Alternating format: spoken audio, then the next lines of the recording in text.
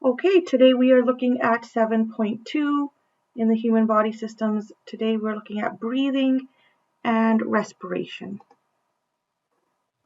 So we talked about the structures of the respiratory system last class. So we have the diaphragm and the rib muscles, which control the air pressure inside the lungs, causing air to move into and out of the lungs. That diaphragm, it was a dome-shaped layer of muscle that separates the region of the lungs, the thoracic cavity, from the region of the stomach and liver, which is the abdominal cavity. So the rib muscles, which are also called the intercostal muscles, are found between the ribs and along the ventral or inside surface of the ribs. And these rib muscles extend down to that diaphragm. All right, so just looking at this picture here, this here is the diaphragm here. There's the ribs. This here is showing the diaphragm. So intercostal muscles would be in between the ribs. So the mechanics of breathing, the diaphragm and the rib muscles, they work simultaneously to move air into and out of the lungs. So during inhalation, the external rib muscles and the diaphragm, they contract. This action will expand the rib cage upward and outward, and the floor of the chest cavity downwards. So therefore the volume of the thoracic cavity will increase. The chest volume increases and pressure in the lungs decreases. So now atmospheric pressure on the outside is now greater than the pressure in the chest cavity. So therefore air will move into the lungs, all right, because the movement is from area of high pressure to low pressure. And since air moves from regions of higher pressure to regions of lower pressure, air rushes into the lungs from the external environment. All right, so just looking at the diagram here, the rib cage moves up and out, the diaphragm contracted and moved downward. That increased the volume of the chest cavity. So pressure in the lungs now decreases, and therefore air comes rushing in. All right, so that's inhalation. Exhalation, the diaphragm and the rib muscles will relax, and therefore reducing the volume of the thoracic cavity. The volume of the lungs will decrease, therefore the air pressure inside the lungs now increases. So therefore, now there's more pressure inside than the outside. So air moves from the lungs to the lower pressure environment outside the body. All right, because again, air is going to move from an area of high pressure, this time higher pressure is in the lungs, to an area of low pressure, which is the external environment, so therefore we will breathe out. Looking at the diagram, the rib cage moves down and in. The diaphragm relaxes, it moves up, shown here. Therefore, less volume in the chest cavity now, so therefore pressure in the lungs increases and air is pushed out.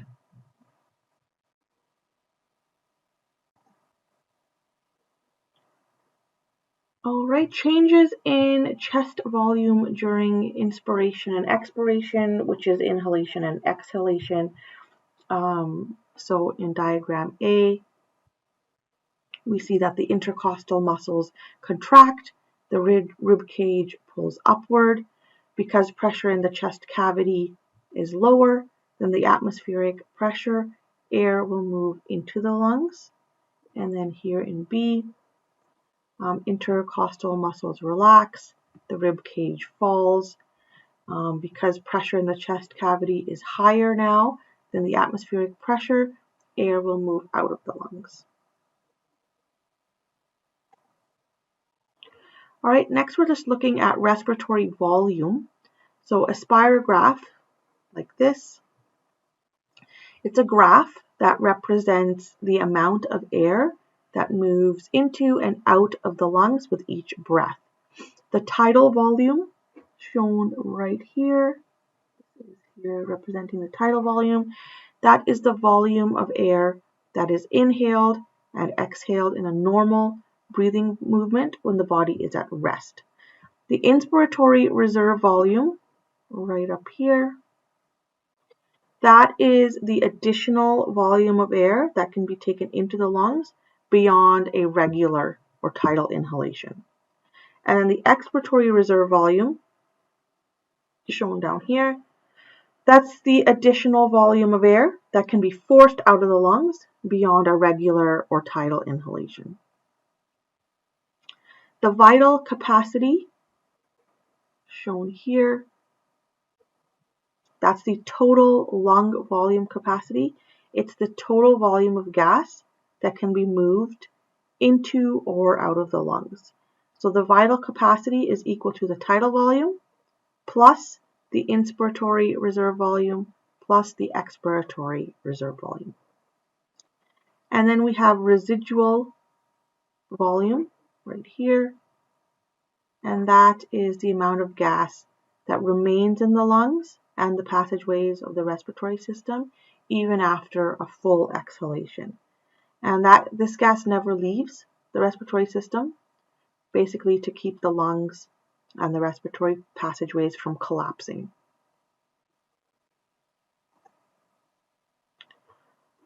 So these spirometers, the spirograph we just looked at, it's the instrument that is used to measure air exchange, and then it produces that graph called a spirograph, which represents the amount of air that moves into and out of the lungs with each breath. They're usually given to people who have undergone heart or lung surgery. They use these incentive spirometers to encourage patients to regain lung capacity after surgery. All right, and then the spirograph will provide information about the patient's tidal volume, vital capacity, and reserve volumes. Okay, next we're going to take a look at gas exchange, and we'll look at the two separate processes, the external respiration and the internal respiration. So we'll take a look at external respiration first. This takes place in the lungs. Gases get exchanged between the alveoli and the blood in the capillaries. So the walls of the alveoli and the capillaries are each only 1 cell thick, which is important because that allows gases to diffuse through the cell membranes. And so external respiration's occurring between alveoli and the capillaries right next to them. So as blood moves away from the body tissues, it's oxygen poor and rich with carbon dioxide. So it's coming to the lungs to pick up oxygen. So as it moves through the lung capillaries, oxygen from the air in the alveoli will diffuse into the capillaries, and the carbon dioxide will diffuse out of the blood and go into the alveoli.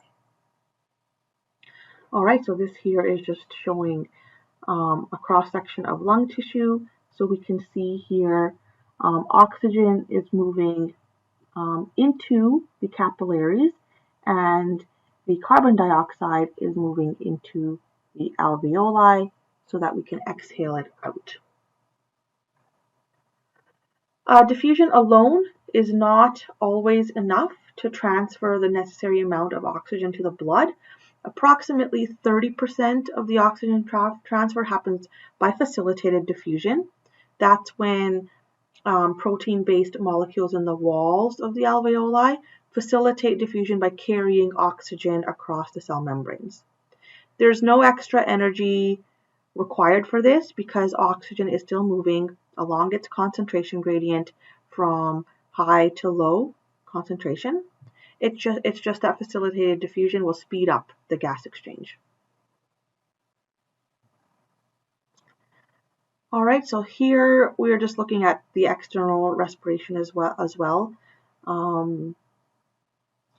Gas exchange occurs because of the result of a difference in the partial pressures of oxygen and carbon dioxide in different regions.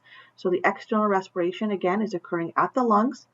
Oxygen concentration, or the partial pressure, it's higher in the alveoli than it is in the blood of capillaries. So therefore, oxygen is going to move from the alveoli to the blood. And conversely, carbon dioxide moves from the blood to the alveoli because its partial pressure is higher in the blood. All right, so that was external respiration. We will look at internal respiration next. Internal respiration, this involves the exchange of gases at the body tissues cells. So the concentrations of oxygen now, it's oxygen in the blood is higher than they are in the tissue cells. So carbon dioxide concentrations are higher in the tissue cells than they are in the blood. So therefore, gas exchange will follow the normal patterns of diffusion. Movement will be from higher concentration to lower concentration. So internal respiration is going to occur between the capillaries and the body tissues.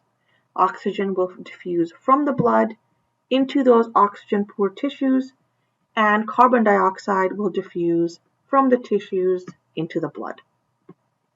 All right, so in this diagram here of internal respiration, we have these here. These are the muscle cells. And so we're looking at a cross-section of muscle tissue. So we can see that oxygen is diffusing to the tissue, to the muscle tissue, and carbon dioxide is diffusing and moving towards the capillaries. So oxygen, approximately 99% of the oxygen that reaches cells is carried by hemoglobin. This is an oxygen transporting molecule within red blood cells. The rest is dissolved in the blood plasma. When we look at carbon dioxide, about 23% of carbon dioxide is carried in the blood by hemoglobin. 7% of carbon dioxide is carried in the blood plasma, and 70% of it gets dissolved and is carried in the blood as bicarbonate ion. Carbonic acid is formed in the blood when a carbon dioxide molecule reacts with a water molecule. That carbonic acid quickly dissociates. It will break down into a hydrogen and bicarbonate ion, this one here. And this reaction occurs in the red blood cells. That hydrogen ion then combines with hemoglobin, and the bicarbonate ion diffuse out of the red blood cells into the plasma, which will then get carried to the lungs. When the blood reaches the lungs, the whole process reverses to reform carbon dioxide and water. The carbon dioxide then will diffuse into the air in the alveoli, and then we will exhale it out. All right, these two equations are just showing those processes that were happening. All right, so in summary then, we looked at the principal structures of the respiratory system and how they act to exchange matter and transfer gases in and out. So from the nose to the alveoli, energy and matter exchanges can occur in inhalation. When we inhale, the air may contain foreign objects like dust, pollen, germs. Those get filtered out by cilia and mucus that line the respiratory tract all the way from the nose to the bronchioles. By the time the inhaled air reaches the alveoli, the only substance present and ready to diffuse into the bloodstream is oxygen. The alveoli, which are the air sacs, they collect carbon dioxide that diffuses from the bloodstream, and then it moves from the alveoli. It'll move to the bronchioles, to the bronchi, to the trachea, and finally out the nose or mouth for every exhalation. Mechanics of breathing are controlled by air pressure and the need to get rid of carbon dioxide. okay, because as cellular respiration occurs in our cells, carbon dioxide buildup occurs. We also looked at a spirograph to see the tidal volume and so on.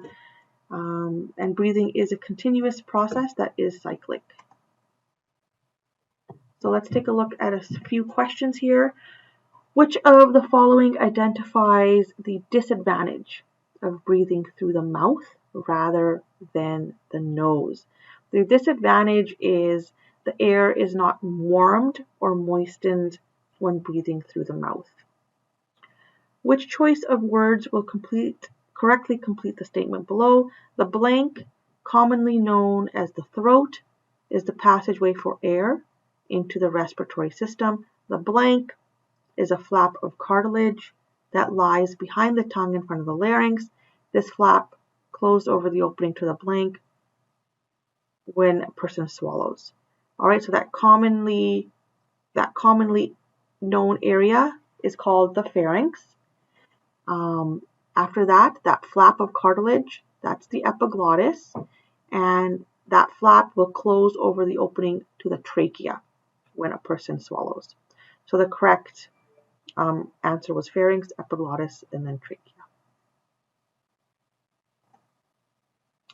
All right, so we'll pause here and we'll watch a couple of these videos.